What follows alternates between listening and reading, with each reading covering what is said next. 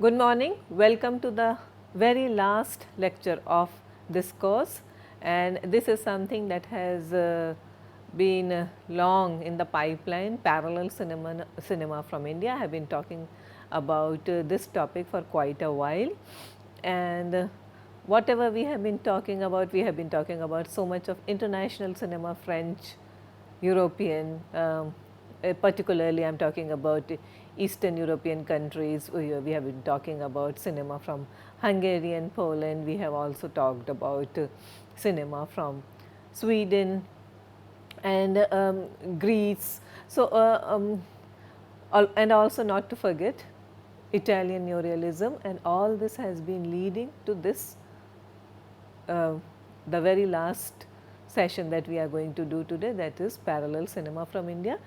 I am basically going to focus only on the art house cinema, and which is so important to understand because Indian cinema is basically associated with song and dance rituals, with melodrama. All of you are aware of this. We have been talking about these things for quite a while. Now, parallel cinema was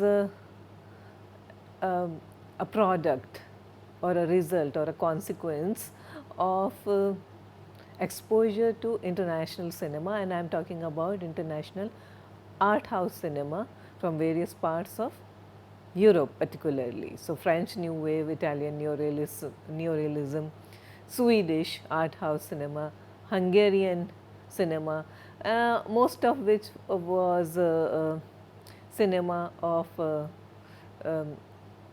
rooted, let us say, in socio-political conditions of those countries, and not to forget, of course, Soviet realism, something that we have already talked about earlier in one of our previous classes.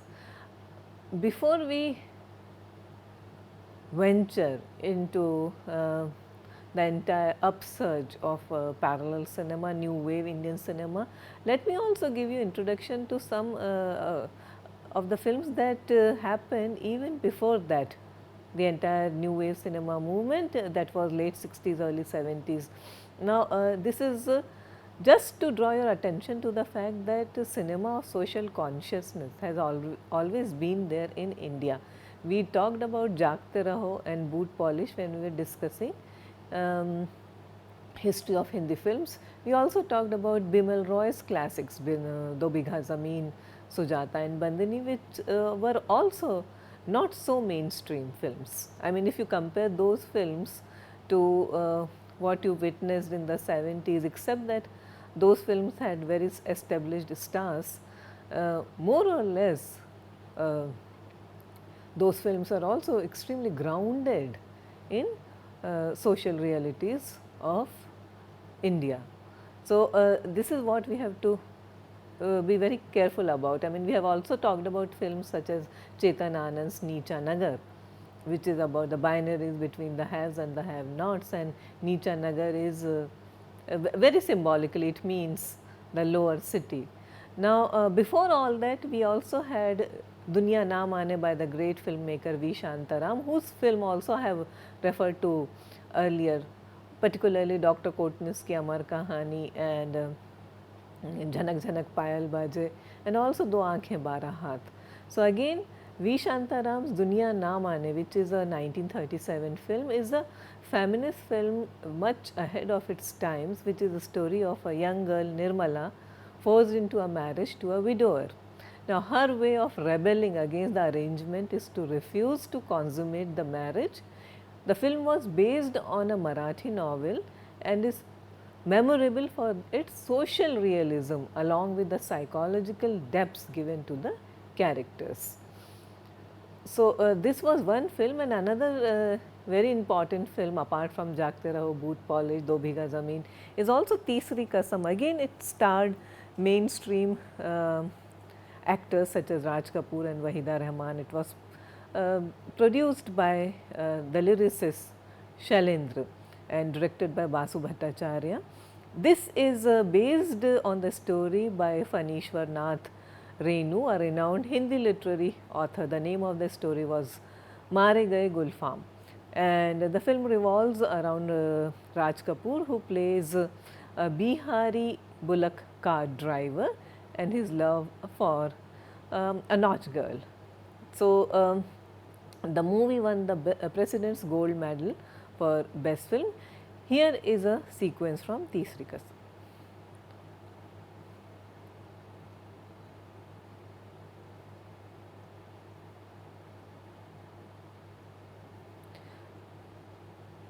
From here onwards, I will be focusing on the parallel cinema of the late 60s, early 70s. So, the entire movement which reached its pinnacle in the 70s.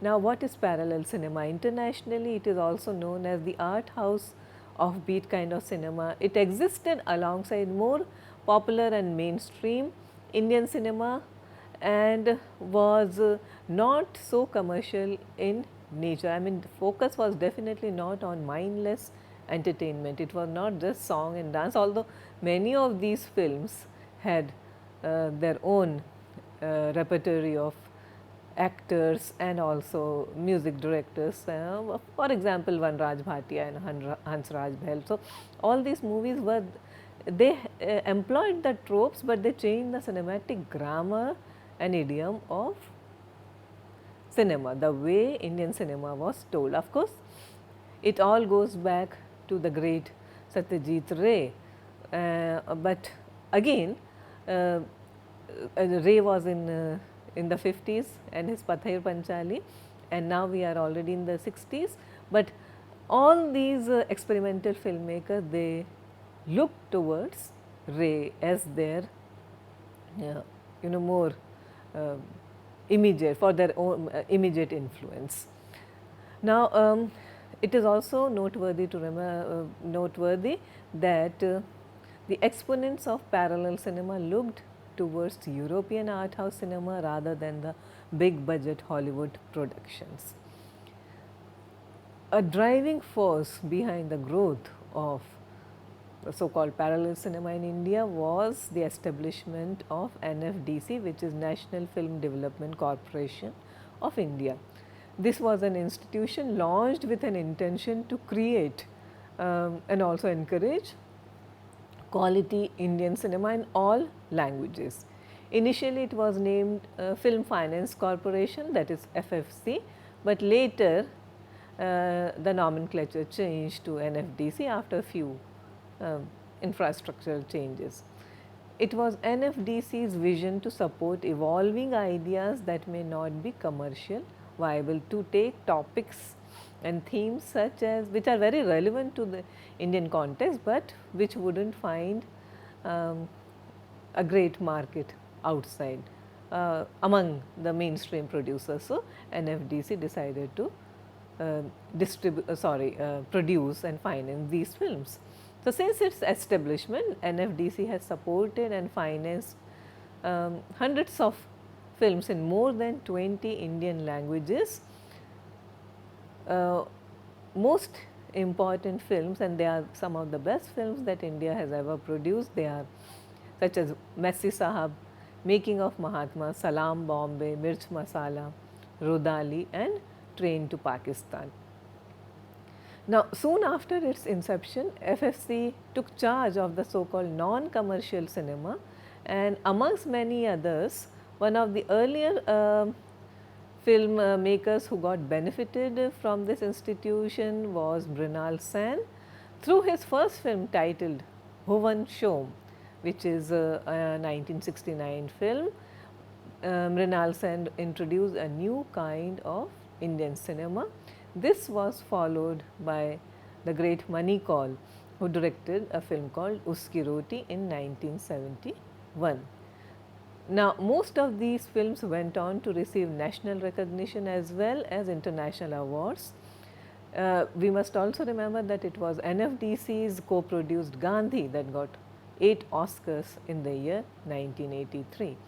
Now, we come to two great directors. I will also be talking about Mrinal Sen, but let me begin with Manikal and Kumar Shahani's cinema. They are the foremost names that come to mind. They are renowned, they are discussed, they are They inspire a lot of academic discussion. Unfortunately, the films are not so easily available and accessible to us, even in DVD format. Now, Manikal has always been interested in creating films that are modern in their aesthetics. Hosty Roti is a 1970 film by Manikal based on a story by the same name by Mohan Rakesh. It is considered a landmark in the history of New Wave cinema in India. Uh, in Manikal's own words, the film is about waiting. It is deliberately slow because you see, many of these early art house filmmakers were accused of making the so called dreadfully slow and non entertaining films. Um, these allegations came because this kind of cinema was just not familiar um, to the Indian audience unless and until they were exposed to world cinema. By world cinema, I mean films by masters such as Fellini or Bergman, or even let us say the Greek masters or the Hungarian masters. Okay. So, also we have done Robert Bresson, the French filmmaker. So, unless and until you are familiar with that level of international cinema, it is very difficult to appreciate films which are set in, most of these films was based in rural settings. They did not have song and dance rituals.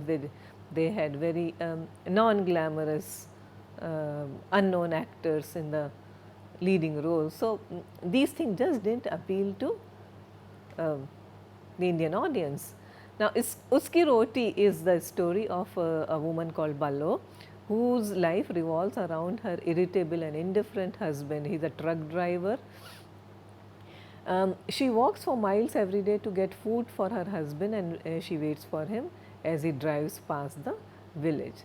The film is to Hindi cinema what Pather Panchali was basically to the Bengali audience, or even Meghe Dakha Tara by Rituparna Ghosh. So, these two classics of Bengali cinema and Manikal's work can only be compared to those masters.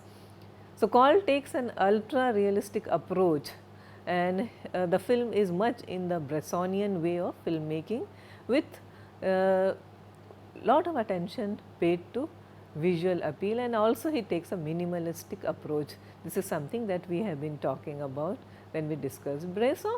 He also relies on silence and also plenty of emphasis on body parts such as face, eyes, and most notably hands, again like Bresson. Mrinal Sen's Bhuvan Show is again a great piece of filmmaking.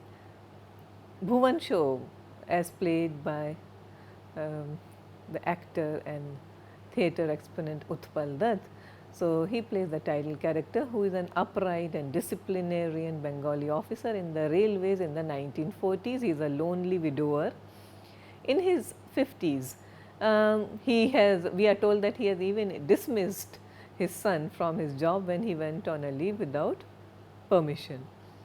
Now, his subordinates dread him and curse him behind his back, but Bhuvan Shom is definitely not interested, or he does not bother about all this. However, 25 years down the line, Bhuvan Shom starts getting bored of his monotonous life. He seeks escape in a holiday and sets off on a bird hunting trip to a village in Gujarat. His new world consists of simple village folks, a bullock cart drive along muddy tracks, wild animals, and also he comes in touch with a simple village girl, Gauri. The movie won the National Award for the Best Film, Best Director, and also Best Actor for Utpal Dutt. Here is a scene from Bhuvan Show.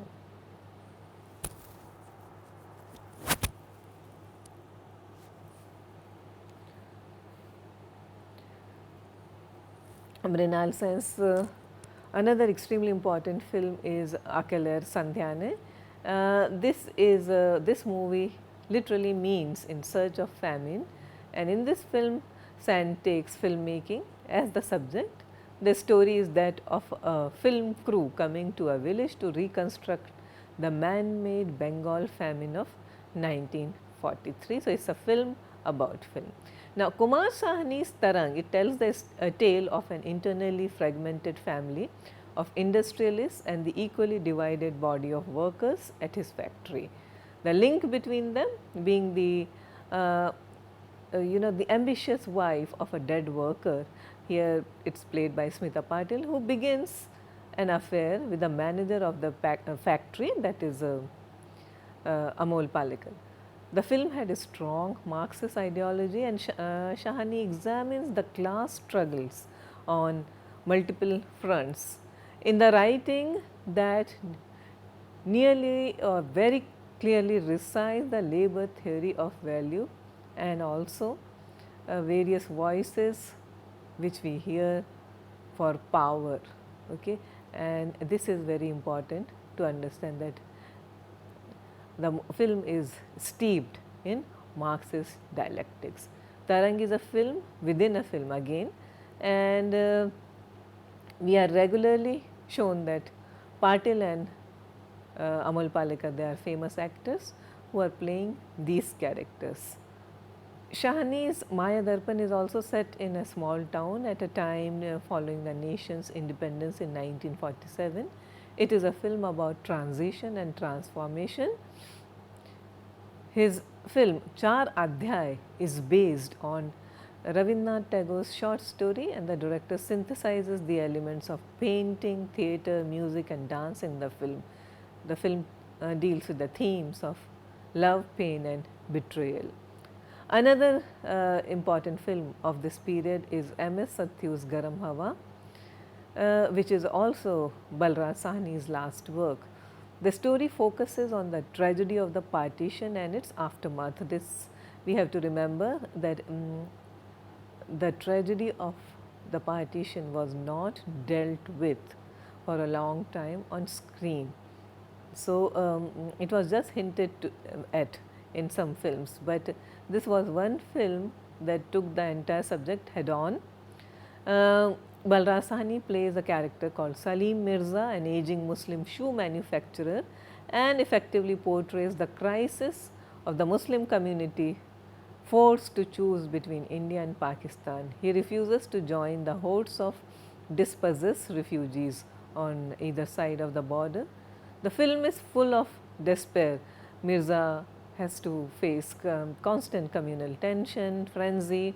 He suffers financial drawbacks and setbacks too, and then finally he loses all hopes when his daughter slashes her wrist after being abandoned by her fiancé. Mirza decides to leave the country. However, the end is quite optimistic when Mirza's son, and here we find Farooq Sheikh, that was his first film, and while en route to the railway station, the family comes across a secular communist rally, and Mirza's son decides to join this, and the family eventually changes its mind about leaving the motherland. So, now I come to one of the greatest filmmakers of the Indian parallel cinema, new wave Indian cinema, and particularly who has made films in several languages, but primarily in Hindi, that is Shyam Bennigan. His films belong to the peak period of the new wave cinema in India. He is a very prolific and quite successful filmmaker, and he has remained, so he has retained his position since his debut feature Ankur. His concern has more or less remained for the weaker section of society, the oppressive feudal customs, and also exposition of the patriarchal Indian society. Ankur was his first film, 1974, which was made with a budget of 5 lakh rupees and touches upon the themes of adultery, caste and exploitation. The film also marked the debut of Shabana Azmi. Here is a scene from Ankur.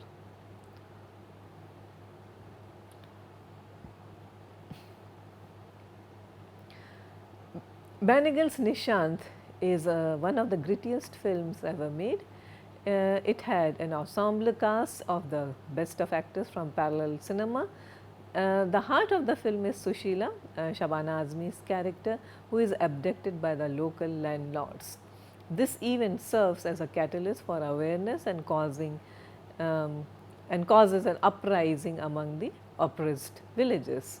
In the revolutionary climax, the villagers invade the landlord's mansion and kill the entire family.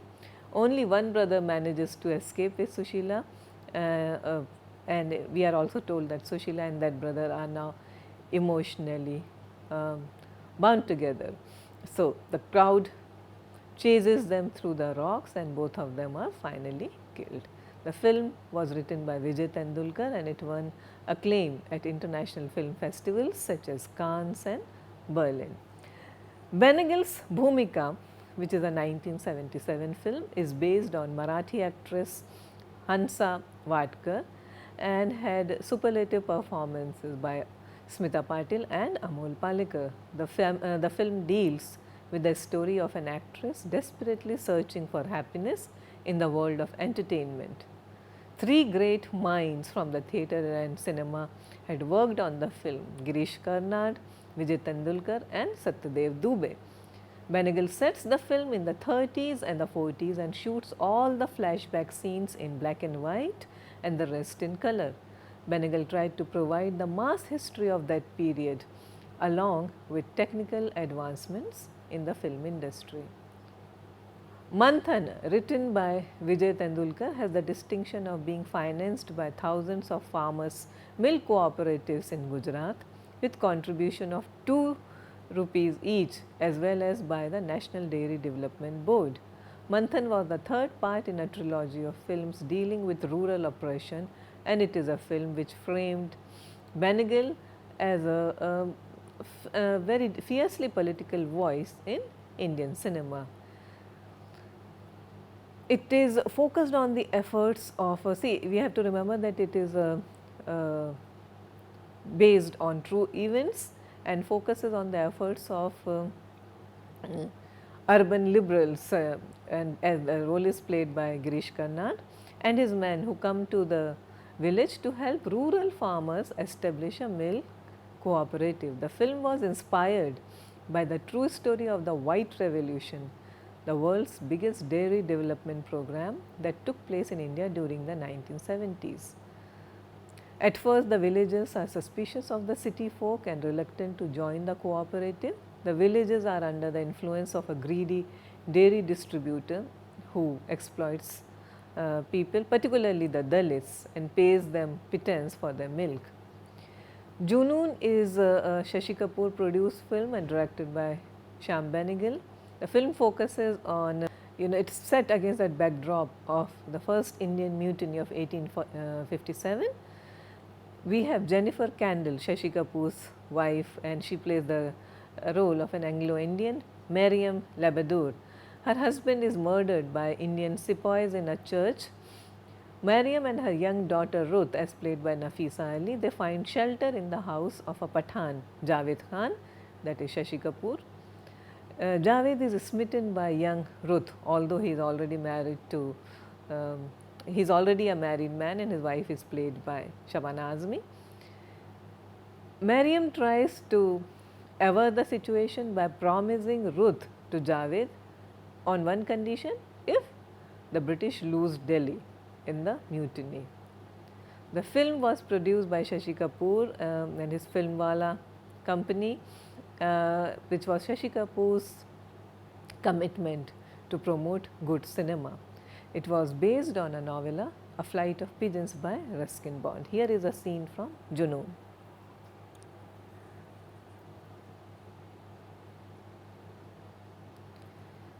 Benegal and Shashi Kapoor came together again in Kalyug. Kalyug is set in contemporary times, and Benegal co-wrote it with Girish Karnad. It is a reinterpretation of the epic Mahabharata and is set against the urban and industrialized backdrop in Bombay. The film is narrated like a thriller, mapping business intrigues and family politics between two warring business families. The epic allusions provide a point of reference for the extent of greed, corruption, and ruthlessness among the elite business families in India. The film was generally reviewed quite favorably, yet there were detractors who criticized Benegal for losing his way among the commercial filmmakers and also compromising, particularly by having people, casting stars such as Raj Babbar and Rekha. Here is a scene from Kali Yuga.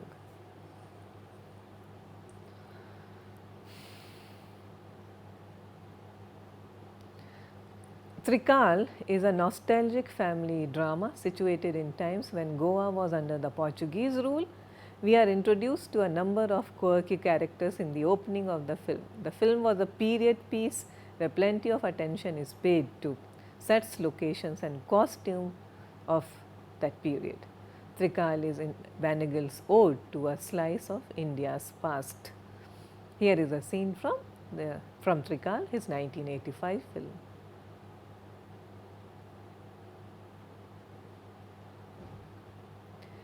Benegal's other works include Mandi, Arohan, Susman, Suraj Ka Satwaं Ghoda, Mammo, Sardari Begum, Zubeda, The Making of Mahatma, Well Done Abba. As I told you already, he has been very prolific and is practically impossible to discuss his entire oeuvre, but a great filmmaker whose cinema needs greater attention. Now, I'll move on to another contemporary great filmmaker, that is Aparna Sen and her 36 Chaurangi Lane. This is an English language film which was produced by Shashi Kapoor, starring Jennifer Kapoor or Jennifer Candle, and it's an elegiac portrayal of old age, isolation and courage. So, Jennifer Kapoor plays Miss Violet Stoneham, who is an Anglo-Indian teacher of English in Calcutta. A young Bengali couple brings brief joy in her life and they use her hospitality. However, at the end she is cruelly rejected by the upwardly mobile couple. At the end, and we see her walking alone on the streets of Calcutta, followed by her pet cat, and reciting lines from King Lear, and we realize how King Lear, her own life mirrors the predicament of King Lear. The film is a brilliant representation of the city of Calcutta in transition. Coming to the 80s, Ardha Satya is at the center of the parallel cinema. See, the entire movement just was on the wane by the mid 80s, but still there are wonderful films and I would like to focus on those films. So, Ardha Satya is at the center of the great films of the 80s. It's a cop drama directed by Govind Nihalani and it was scripted by Vijay Tendulkar. The film is based on a young police inspector and his battle with corruption. The film essentially captures the angst of the common man through the experience of an honest cop. Here is a scene from Ardha Satya.